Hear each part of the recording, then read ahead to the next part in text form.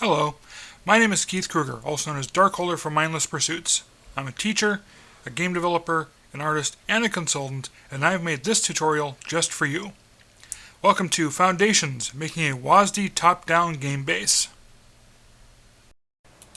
In this tutorial, we're going to look at how we modify the existing Epic template to use the WASD approach to movement instead, the WASD keys, how to be able to implement that movement and still use the cursor to control where the character is looking, what animations have to be added to somewhat take the edge off of that type of movement, and then an optional fix for those who are using the firing weapons tutorial.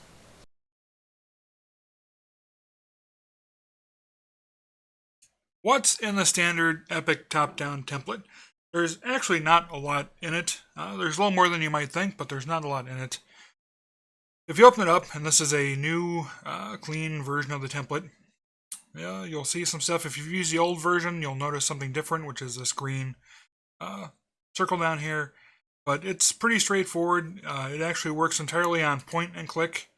So if we were to play this, you point and you click, and that's where he's going to run to. He always runs forward to it. You can't go backwards or anything. He just always turns and runs directly at it. You can't use the WASD keys at all to move anything. Nothing else happens. That's all there is to it. Now, there is one thing, which is it actually has some VR capability. And the VR capability is kind of weak sauce, is how I'm going to be honest and put it. I mean, it's cool that they put it in there, and that's actually the reason why the green circle is there. But let's take a look at it for a second. So, this is the VR mode.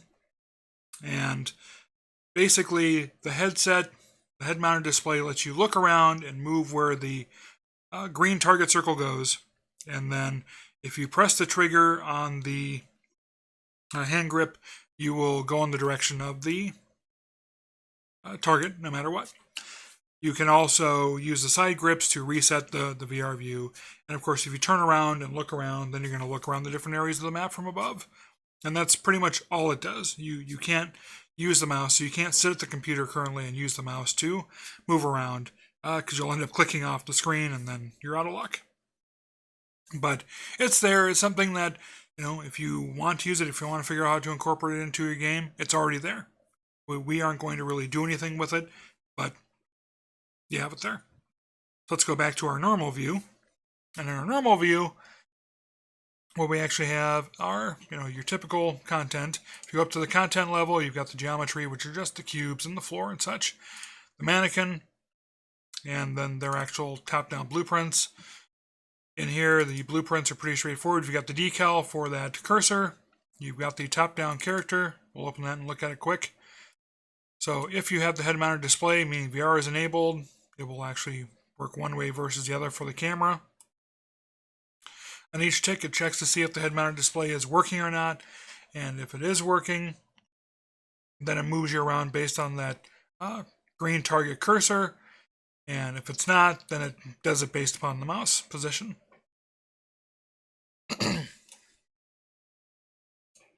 If we go to the top-down controller, you can see we've got the same thing. The controls for clicking and going to wherever it clicks. And if you have the head-mounted display, it just moves to whatever location that the head-mounted display target is looking at. That's all this does. Now, you might think that there's some WASD support already, because if you go to project settings,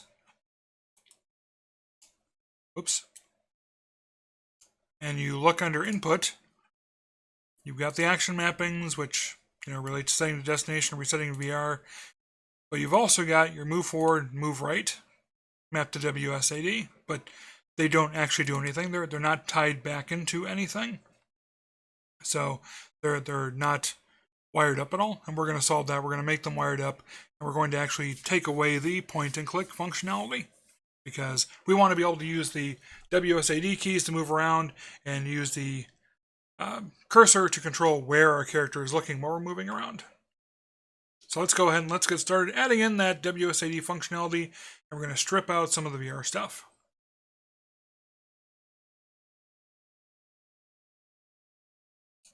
To add our WASD functionality is actually pretty straightforward.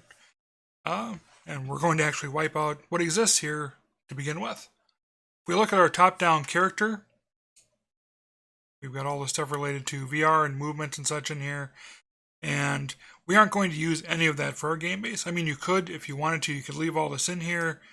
You could create a game state, and in your game state have a variable which is WASD enabled, for instance, just a Boolean, and you could add that in here and say, okay, at each place where we have to make a decision between VR or point and click or WASD, we'll just add this little flag that says, hey, if it's WASD enabled, ignore everything after all of this. We can constantly do that. But in our case, for our game base, this is going to be a WASD-enabled game base. We're expecting people to use WASD, so we're literally just going to wipe all of this out. So that can all go bye-bye. Scroll as much as you want. There's nothing there anymore. Compile and save. Same with the top-down controller. We're not actually going to use any of this functionality, so we're just going to wipe it all out. Compile and save. And in our character, we are going to add in our movement. So they already have the keys mapped. We don't have to redo that. We just have to add the input axis events. So move forward. And move right. And we aren't worried about the turn rate. And so with these, we will go ahead and plug these into the add movement input.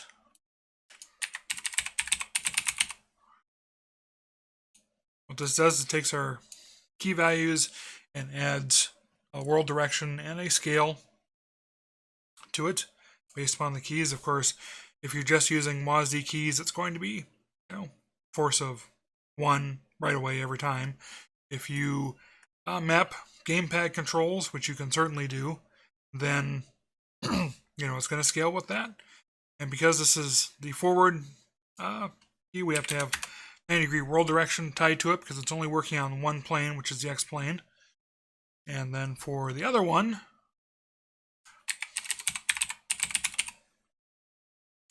add the movement input. Actually pull these a little closer. Plug that into scale. And this one's going to have 90 in the Y-plane. Since we have these two, we're going to build a function called rotate to face cursor. You can have that here, you can have that in the controller, it doesn't really matter. I'm putting everything into the character instead of the controller just because it's not really going to be used unless the character is in place. So let's do that here. Let's add a function, rotate to face cursor. Okay, let's build that out. And we are going to get our actor location for ourselves.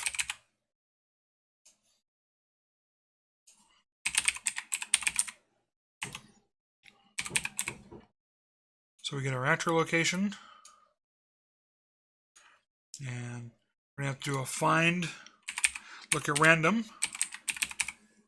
Oops. Helps if I can type correctly. Find, look at rotation. That's what I've been saying, not random.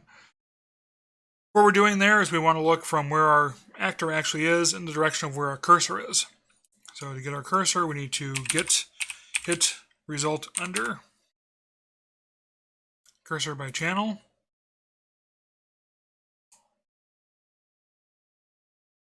And we actually need a reference to our controller for this.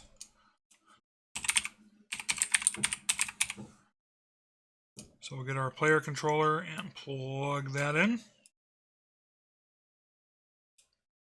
And then we need to break our hit result.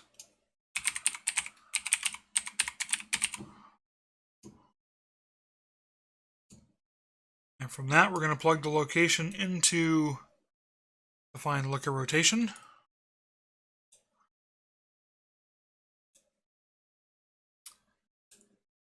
From there, we can pull this all the way over and set control rotation.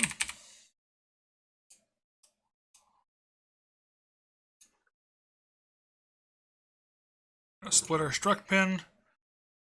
Going to split our rotation here because we're only dealing with rotation from the Z-axis. We'll plug that in. File. What did I forget about? Nope. Need the controller reference there. Forgot about that.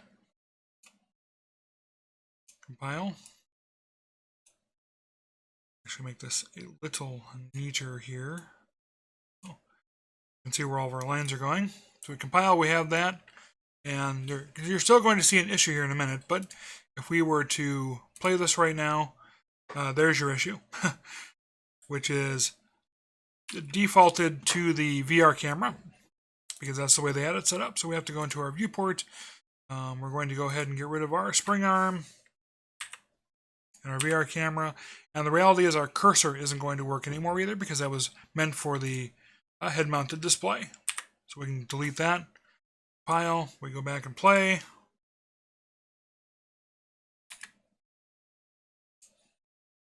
Did I grab the wrong one? Oh, no, we have to auto-activate this. So I need to find auto-activate. There we go, auto-activate. We compile, do that again. We play, and there we go. And now if you use the WASD keys, you can see that he will move around. He's all set. He's always facing the direction that he's moving in, and not the cursor, but he is moving around. So next, let's move on. Let's make him look at the cursor.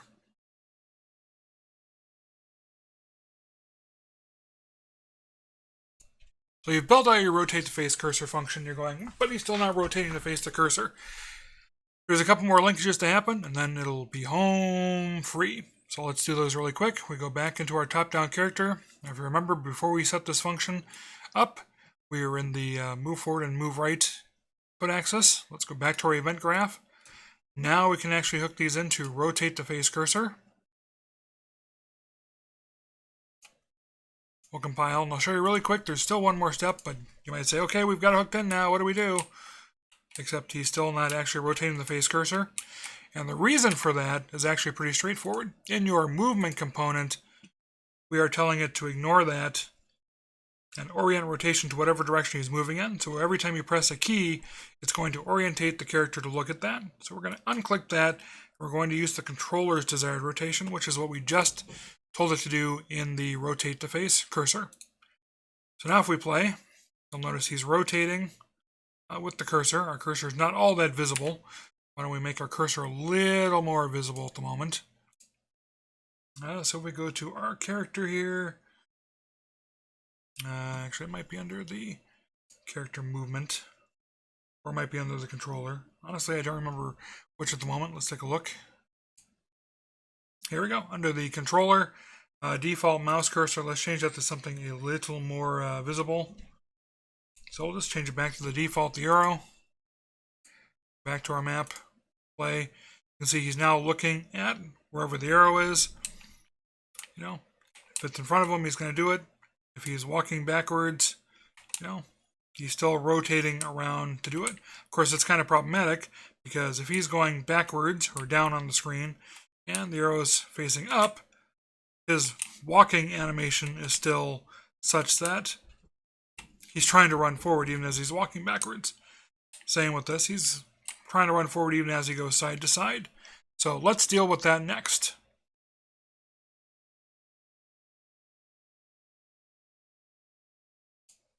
Dealing with the animations is pretty straightforward. The reality is we just need to import some from the animation starter pack that's available through the marketplace. So if you don't already have it in your vault, you can grab it from the marketplace, but it's just the animation starter pack. We're going to add it to our project. So click on that, find your project, add it to the project. That should download it and add it. You'll see it's put it in there. You've got all the additional animations now. We'll be able to use those. For those who are curious, I ordinarily create a separate directory and I move all the third-party stuff into there, including the blueprints from Epic. But I didn't do that in this particular case, just because Epic's file movement, directory movement, isn't very efficient, doesn't work very well. It often leaves things behind, it confuses people. So I'm going to create a separate video on how to keep your files neat. So for this one, I didn't want to get into that and confuse people, so we've got all these on the same level. What we're going to do is go into our top-down character now. We're going to go to our mesh. We're actually going to change out our mesh for the one that is in the animation starter pack. That way we don't have to redo any of the animations, retarget any of the animations. So we'll just do our drop down, go down to the one where the path is for the animation starter pack, and compile and save that. And then we are actually going to change the animation blueprint to be UE4 ASP_hero TPP anim blueprint. We'll compile, we'll save. Now if we go out and we play, you'll notice that he runs forward and backwards. He still doesn't really sidestep very well, but his animations are a little more appropriate. Of course, now he looks like he's holding a gun instead of just running around. So you might need to do some blend spaces, and there's going to be a tutorial coming up on blend spaces. So you can change top versus bottom animations and the whole works. But he at least now makes a little more sense. He's not perfect. You still have him rotating in place, and you'd want to find animations that are more appropriate to someone who's stepping around as they go into a circle. None of those are in the free pack, so you would have to do those. Whoops! But we've got the basics down.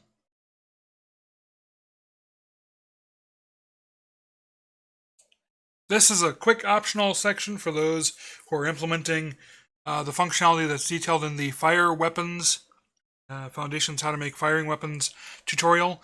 That tutorial is built upon the first and third person view, but all the concepts related to how you build your base weapon classes and such work with the top-down shooter. You don't, of course, use the cursors the same way or the cameras the same way they do in first and third person, but everything works. And there's really only one significant change that you have to make, and that is the get crosshair world space function. So if you were looking at the firing weapons tutorial, and if you were following that along, there's a function in there you have to build out called get crosshair world space. And that feeds into the weapon functionality. So if we go back into our weapons, actually in this case it's in our core, sorry about that, core weapons. If you were to go to your instant hit weapon, you have this crosshair world space that gets fed into determine hit objects, and it gets fed from there into find, look, or rotation, and so on, and that's what helps you do your aiming. That's not any different. The way determine hit objects works is not any different in a top-down. What is different is this get crosshair world space function, and it's not a big deal to change. You're just literally going to wipe out everything except for the get crosshair world space and a return node. You only need one return node. So you would ignore all this. You wouldn't bother to do any of this. I'm going to get out of the firing weapons tutorial for a minute. Go back to our template, and what you would do if you had all that implemented is in your character, you would create a new function, which is get crosshair world space.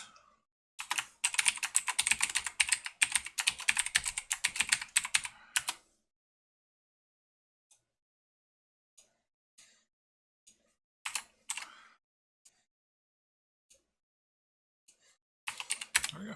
Get crosshair world space, and literally all you are going to do is go in there.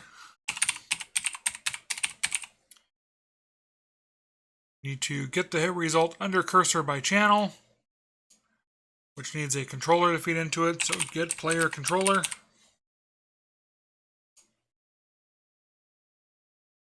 You're going to leave the trace channel the same, trace complex the same. This is going to give you a hit result, which you are going to break.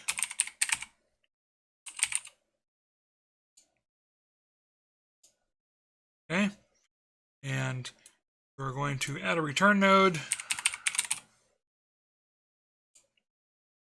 In that return node, you're going to return a crosshair world space, which is a vector.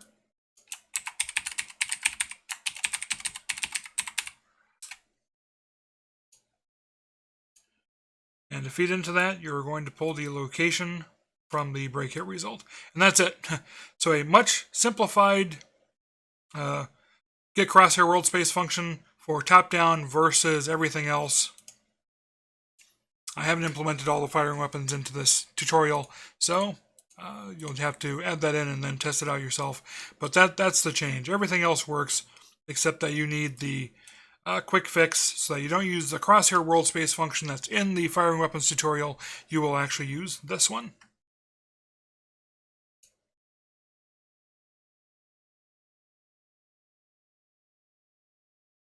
So that's it. You now have a game base for top-down for WASD that supports WASD movement.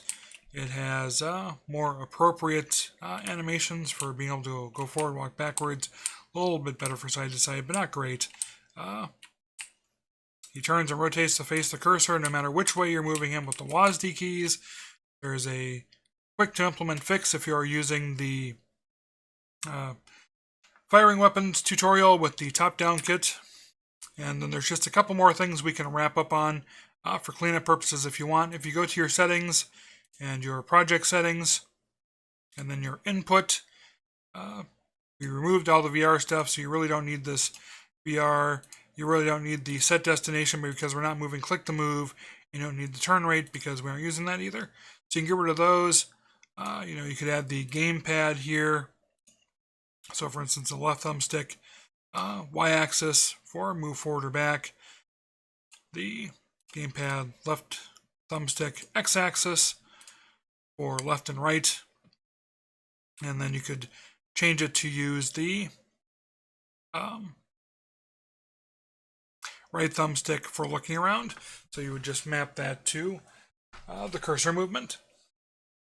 But for our sake, we were doing WASD, so we aren't going to worry too much about that stuff. A quick note for Patreon Tier 2 patrons. The version of the source code that will be available in the Dropbox for this tutorial matches the file structure used for other Foundations tutorials. So it has the project name as the first folder, the third person libraries folder underneath, core folder, and so on. Second note, a version of the top-down game base with the firing weapons already integrated will be posted during the week of June 4th, so this coming week. That way, if you don't want to do the integration yourself, it'll already be there, just as it is for the integrated version of the first and third person shooter with the firing weapons. So I just want to say thank you. As always, I appreciate your support and stopping by, watching the videos, leaving me feedback, giving me ideas for future videos, and so on. The channel exists to try and help educate you, and it's great when I can see feedback that I'm helping you out, the stuff is doing good. See the video description for links to my other sites, or if there are links to things I may have referenced in a tutorial that you want. And if you like this video, if you want to see more tutorials like this, please click the like button. If you aren't subscribing, please consider subscribing. But otherwise, I will see you in the next video. If you're out there making games, make great ones, because I know you can do it. And I'll see you next time. Bye-bye.